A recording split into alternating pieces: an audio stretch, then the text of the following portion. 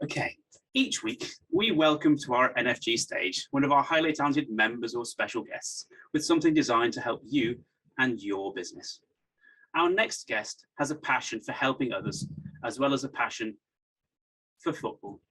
Although her career started briefly by helping others with retail therapy, her professional life soon saw her working with the police as well as for the council for over a decade in total, before turning to offer therapy to others. With additional skills and experience gained from a number of years for a care trust, helping support vulnerable people during police interviews, as well as a range of experience gathered at other charities and non-profits, designed very much to help others. In early 2021, she took a fresh path when she decided to start her own business. Providing workshops and one-to-ones, she uses her work background as well as her law studies at Open University to better equip her to help others to develop coping strategies and to better understand the impacts of trauma, enabling clients to make better decisions in the future and more constructively respond to thoughts of the past. We may ask ourselves why understanding the impact of stress and trauma can improve organizational outcomes. And here to help us answer just that very question, we welcome Emma Swan. Good morning, Emma. Thank you for that lovely introduction. I am, yes, going to talk about kind of how understanding the impact of stress and trauma can help your organisation, your company. And first of all, I'll just apologise for those who have come in a little bit later. I have just had laryngitis, I'm a bit croaky, so I might have to keep getting a drink, but hopefully we'll get through okay. So first of all, we need to look at actually what stress is and understand it, and also understand what trauma is.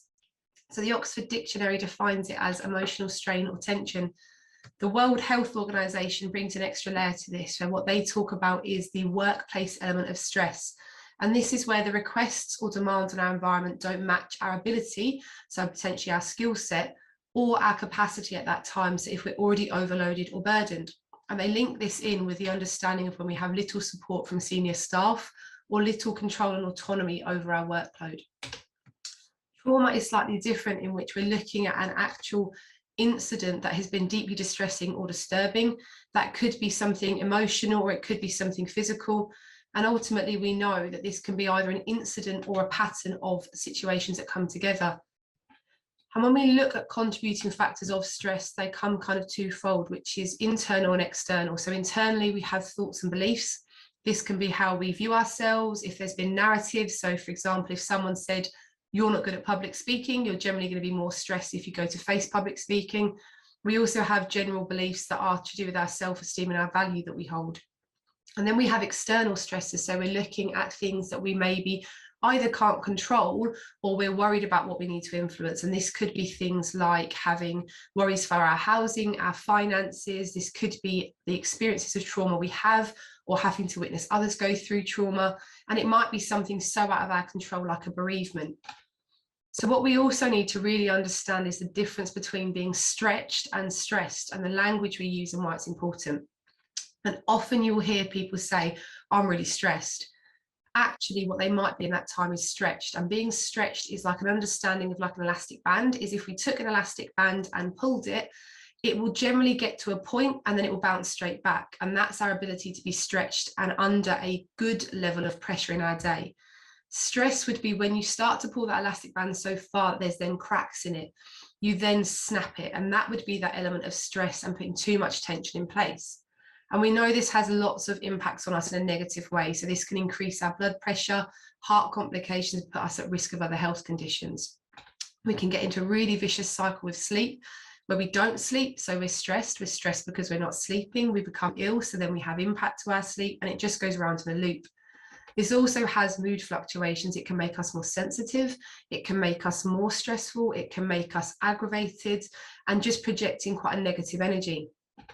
We also know that actually when we're stressed, we have an impact to our ability to want to eat, especially if we're going into like a threat assessment quite a lot. Our digestive system shuts off a bit more, or we may actually lean into more, say, sluggish food choices, things that make us feel worse.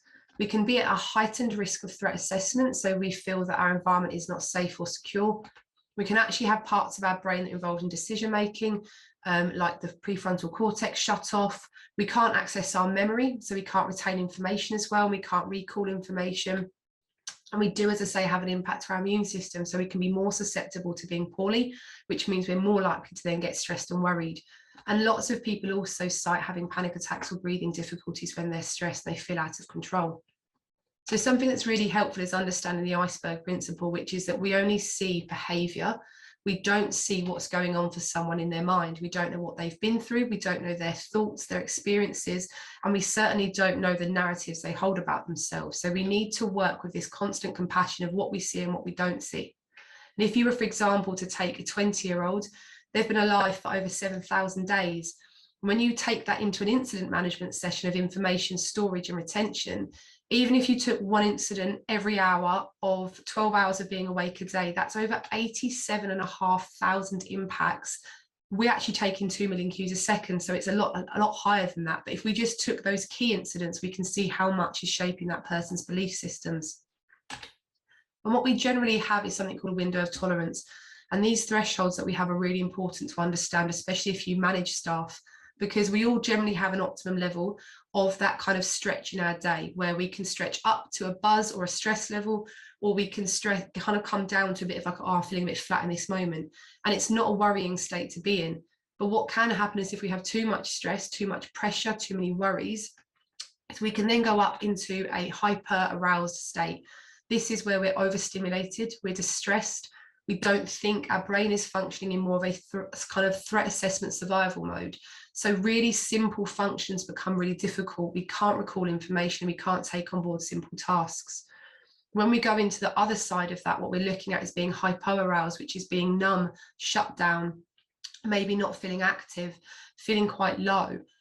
And if someone is up, you want to calm them down with breathing or grounding. If someone is quite low in this hypo-aroused, then actually it might be about positive statements. It might be about simple active movements. Let's go to another room. Let's just move. Let's get that person a bit more present. And a really helpful visual that comes into this is actually a stress container. And what this is by Mental Health First Aid England. And this is the understanding that every single person has a different depth of stress capacity. We all have different things that go into it. And if you imagine putting drops in a jug, no matter how good, how great, how amazing you are, you can still only put so much fluid in the same jug. And actually what we need to look at is how do we need to release that? And so we look at actually helpful positive coping strategies, helpful outlets in the workspace to relieve stress, and avoiding things that might bung this up and stop that release. And ultimately everyone is different. So what we really need to understand is the individuals that we are with, is that everyone deals with stress and presents their stress differently. For example, I'm quite an animated person, but actually when I'm stressed, I go really quiet and I actually go really isolated and I take myself away and I focus. Now that might look like I'm being studious, but actually what I'm doing is I'm getting stressed. So we need to understand that everybody is different, and it's about recognizing the individual in front of you. But there can still be some key indicators. Now, for example, in a workspace, from a performance perspective, you might have someone repeatedly making simple errors, things I don't usually get wrong.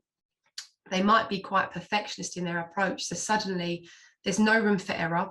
There's no room for anybody else not performing at a certain level. And actually they're quite critical. You might have then the person on the other side of that who's actually absorbing blame and criticism too much. They're being quite self-punishing, quite negative, and their confidence is dropping. Potentially missing deadlines and maybe not contributing in the same way. So thinking if someone does start to withdraw. And you also have an element of presence is when someone can't concentrate, maybe they're not managing their time, their scheduling, or they're quite forgetful and they're externalizing stress. If you have someone externalizing their stress, you should start to pay attention to that and unpack that, because they're at a point where they're not feeling great and it's a clear indicator. And you also might have someone who just suddenly doesn't make any structural planning anymore and not performing at a level of choice and control. So how this can have a wider impact in the workspace, what we need to be mindful of is that ultimately you can have staff sickness. You can get to a point where if you don't understand and intervene at someone's stress point, you can also end up with staff being negative and speaking negative about each other, talking about why someone can't cope, what they're not coping with, and we can get gossipy culture, which is ultimately only going to impact your organisation or your company. It's going to impact service delivery. If staff feel stressed, if they feel worried, they're not performing at their best level. So they might be at work and there's something called presenteeism, which is where people are maybe bums on seats, but they're not performing. So they're there, they're clocking in, they're clocking out, but their output is not maximised.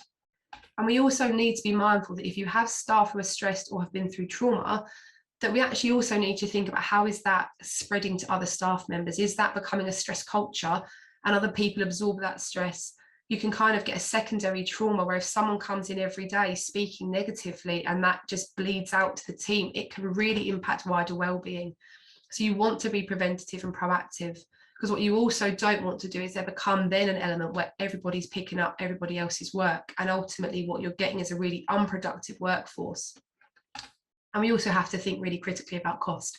Is if you need to be a business that's making money, which most of us are going to be, then having an impact to staff wellbeing means either you've got to get other people in to cover work, you're potentially putting other staff spread more thinly, so actually you're not maximising the money that is spent. You might need to save money and actually you're looking at further costs being incurred because of this damage and potentially having to replace staff. So if we work from a space of a compassionate culture and being proactive, we know there are multiple benefits to this. You are going to have improved outcomes with finances because you're going to save money and hopefully be more profitable because you're going to have more proactive staff.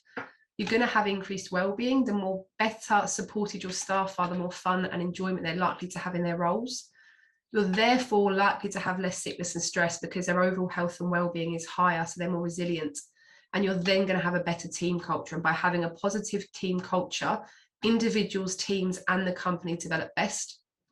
You're going to have improved outcomes, potentially improved profit then quite clearly as a result. And then your company gets to go in the right direction. So the trajectory stays focused on improvement and growth rather than actually becoming a stressful negative environment. So what we generally know is we need to be tolerable and understanding of each person's stress container. We don't decide what is stressful. Our brain goes into instinctive primitive mode based on learning. So we need to be compassionate. By nourishing our staff, by thinking about what their needs are and not just ours, and by working from a place of kindness, you're going to have a happier staff level, which means you're going to have improved directions and outcomes for your organisation. So that is a whistle-stop tour of stress. There is a lot more detail we could go into. I did have to cull a lot of slides down to keep the time, but thank you for listening.